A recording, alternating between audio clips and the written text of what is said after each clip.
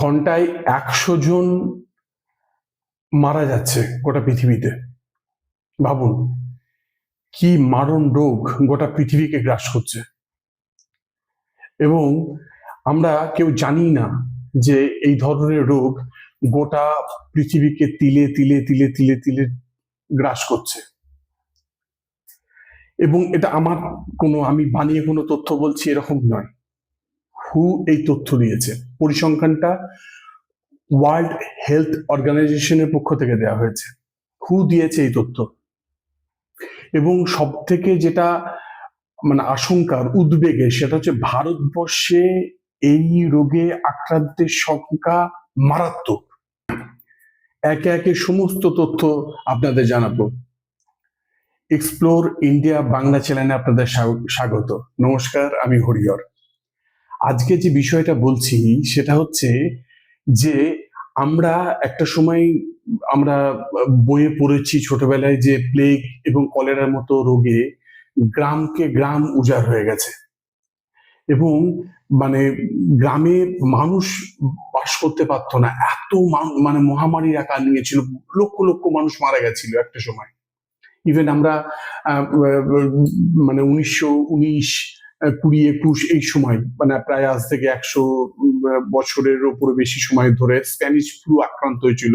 সেই সময় লক্ষ লক্ষ মানুষের মৃত্যুর খবর আমরা বিভিন্ন ভাবে বিভিন্ন বই বা বিভিন্ন সংবাদপত্রের মাধ্যমে আমরা জেনেছি।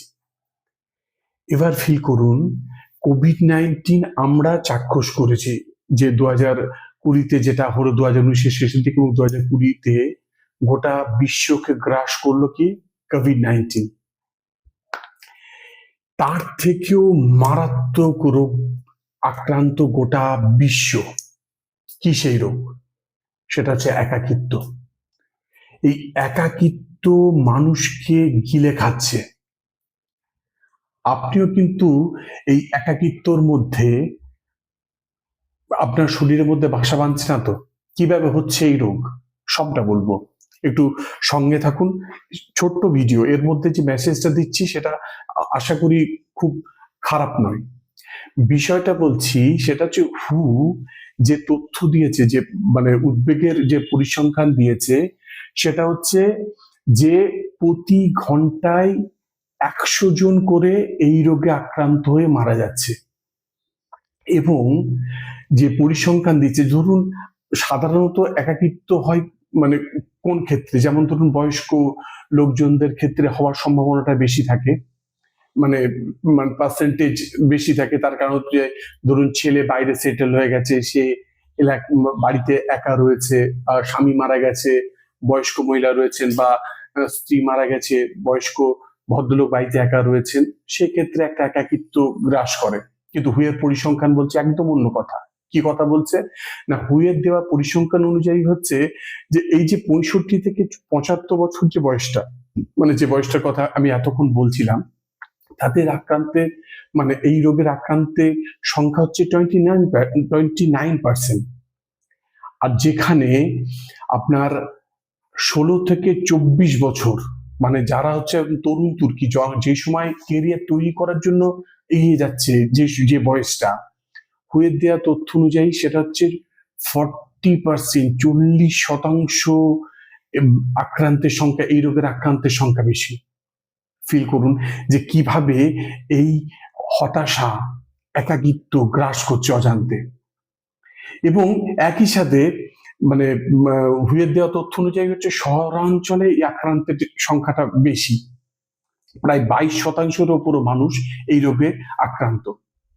ভারতের চিত্র যদি বলি, কি আমি ভারতের যদি চিত্র বলি, প্রায় 10.1% হচ্ছে এই রোগে আক্রান্ত হচ্ছে প্রতি। এর কারণটা কি? এই কারণটা বলতে গেলে আপনাকে আমি বলি, যে তথ্যটা উঠে আসছে সেটা হচ্ছে যে আমাদের মধ্যে যে মূল্যবোধ সেটা আস্তে আস্তে হারিয়ে যাচ্ছে। সব নিউক্লিয়ার পরিবার, বাবা মা সন্তান, ব্যাস, ঠাকুমা বা দাদু নেই, বা দাদু দিদা নেই, ভাই কাকা মামা জ্যাঠা পিসি, এই যে একটা যৌথ পরিবারের যে কনসেপ্ট, যেটা একান্নবর্তী পরিবারের যে কনসেপ্টটা ছিল, সেটা কিন্তু ধীরে ধীরে হারিয়ে যাচ্ছে। যখন ট্রেনে একটা সময়, মানে আজ থেকে ধরুন এই মোবাইল আসার আগে একটা সময় যখন ট্রেন জার্নি হতো, সবাই একে অপরকে গল্প করতো, হই হই করতো, একে অপরের সঙ্গে নতুন লোকের সাথে আলাপ হতো, পরিচয় হতো। এখন ট্রেনে মানুষ যায়, হাতে সব মাথা নিচু করে মোবাইল দেখতে দেখতে চলে যায়, কেউ কাউকে কথা বলার মতো তার সময় নেই, সব চুপচাপ চুপচাপ, হয়তো হাতে গোনা কিছু লোক নিজেদের মধ্যে করে আড্ডা মারে, গল্প করে। তো এই নিজেকে এই যে মোবাইলের সময় দেওয়া, ভাবছেন যে আপনার বন্ধু একটা দারুণ বন্ধু পেয়েছেন, একদমই নয়। এই আপনার এই মোবাইলে স্ক্রল করতে করতে করতে রিলস দেখছেন বা সবকিছু স্ক্রল করতে করতে আপনার অজান্তে কিন্তু আপনি গ্রাস করছে আপনার ক্যাকে, কিন্তু এই মারণ রোগ কিন্তু আপনার শরীরে বাসা বাঁধছে। তাহলে কি করতে হবে, কি করা উচিত? না, বিশেষজ্ঞরা মানে চিকিৎসকরা বলছে সামাজিক কাজে নিজেকে বেশি করে যুক্ত হন, নিজেকে সময় দিন, বন্ধুদের সাথে আড্ডা মারুন, বাজারে গিয়ে সবার সাথে গল্প করুন, চায়ের দোকানে আড্ডা মারুন, কথা বলুন, বেশি করে কথা বলুন, আত্মীয় স্বজনদের সঙ্গে খোঁজ খবর নেন, কে কেমন আছে জানার চেষ্টা করুন, কেউ পাশে প্রতিবেশী বিপদে পড়লে পাশে ঝাঁপিয়ে পড়ার চেষ্টা করুন, পাশে থাকার চেষ্টা করুন। দেখবেন আপনার অজান্তে এই মারণ ব্যাধি যেটা আপনাকে গ্রাস করছে, আপনার অজান্তে মানে গোটা পৃথিবীকে গ্রাস করছে একদম পুরো। আমি বলছি যে যেভাবে আমাদের করোনা তো আমরা জানতে পেরেছি, আমরা টিকা নিয়েছি, আমরা বেঁচে ফিরেছি, কিন্তু এর কোনো টিকা নাই, এটা পুরো আপনার হাতেই টিকা। এবং অজান্তে কি কি রোগ হবে, না ডায়াবেটিস এর মতো রোগ হবে, স্ট্রোক হবে, অকাল মৃত্যু হবে, এবং এই ধরনের ঘটনার সংখ্যা দিন দিন বাড়বে। পর্যন্তই। আমার যদি এই ভিডিওটা ভালো লাগে, প্লিজ আমার এই চ্যানেলটা সাবস্ক্রাইব করবেন। আর যদি আপনাদের কোনো মূল্যবান মতামত থাকে, প্লিজ কমেন্ট করে জানাবেন। আজ এই পর্যন্তই। ভালো থাকবেন, মনের মতো করে বাঁচবেন। নমস্কার।